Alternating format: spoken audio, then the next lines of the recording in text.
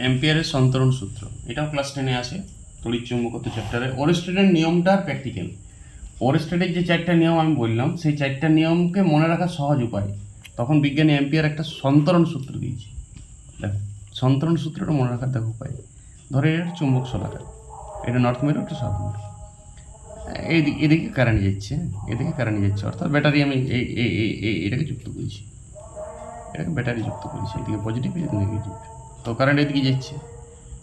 তো চুম্বক শলাকার দেখো এইদিকে সাউথ থেকে নর্থে কারেন্ট যাচ্ছে। তুমি জানো সাউথ থেকে নর্থে যদি কারেন্ট যায় তাহলে চুম্বক শলাকার উত্তর মেরুটা কোন দিকে বেগিবে ওরেস্টের নিয়ম স্যার বুঝতে পারবে।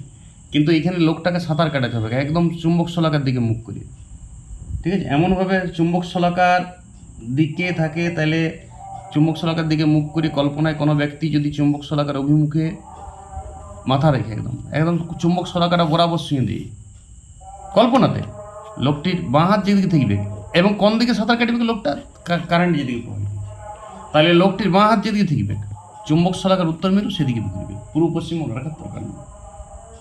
তুমি যদি বলো কারেন্টটা নিচ দিকে পাঠাবো শলাকার, তো লোকটা উল্টা উল্টা সাঁতার কাটো, বাটারফ্লাই সাঁতার, মানে আমরা বলি না মোড়া ভাষা দিচ্ছি, যারা সাঁতার কাটে তারা জানে উল্টা দিকে, মানে তোমার পেটটা আকাশের দিকে থাকবে, পিঠটা জলের দিকে থাকবে, সেইভাবে সাঁতার কাটো।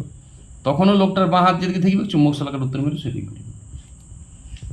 মোট কথা কারেন্টের তারের উপরে সাঁতার কাটো। সত্যিকারের কেউ কারেন্টের তারের উপর সাঁতার কাটতে যাও না, নমস্কার। তারের উপর দিয়ে কল্পনায় সাঁতার কাটতে হবে। কল্পনায় কোনো ব্যক্তি পরিবেশ মানে কারেন্টের অভিমুখে, তড়িৎ প্রবাহের অভিমুখে চুম্বক শলাকার একদম সাহিত্যভাবে চুম্বক শলাকার উপরে যদি একদম মুখ করে সাঁতার কাটে, তাহলে লোকটির বাঁ হাত যেদিকে থাকবে চুম্বক শলাকার উত্তর মেরু ওইদিকে বিক্ষিপ্ত হবে। অত ওরেস্টেডের নিয়ম যে পূর্ব দিকে পশ্চিম দিকে মনে রাখা, ওরেস্টেডের নিয়মের এটা প্র্যাকটিক্যাল এবং ওরেস্টেডের নিয়মের একটা সাহায্যে মনে রাখার উপায়।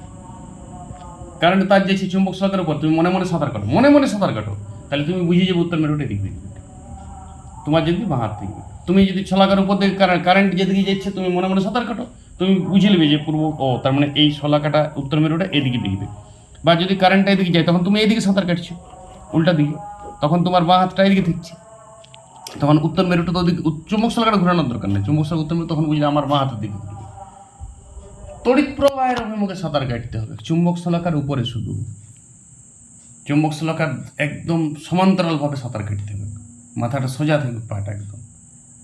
তাহলে লোকটির বাঁ হাত যেদিকে থাকবে চুম্বক শলাকার উত্তর মেরু সেদিকেই বিক্ষিপ্ত হবে। এটা 2 নম্বর থাকে অ্যাম্পিয়ারের সন্তরণ সূত্র, ওরেস্টেডের নিয়মেরই প্র্যাকটিক্যাল। ওকে।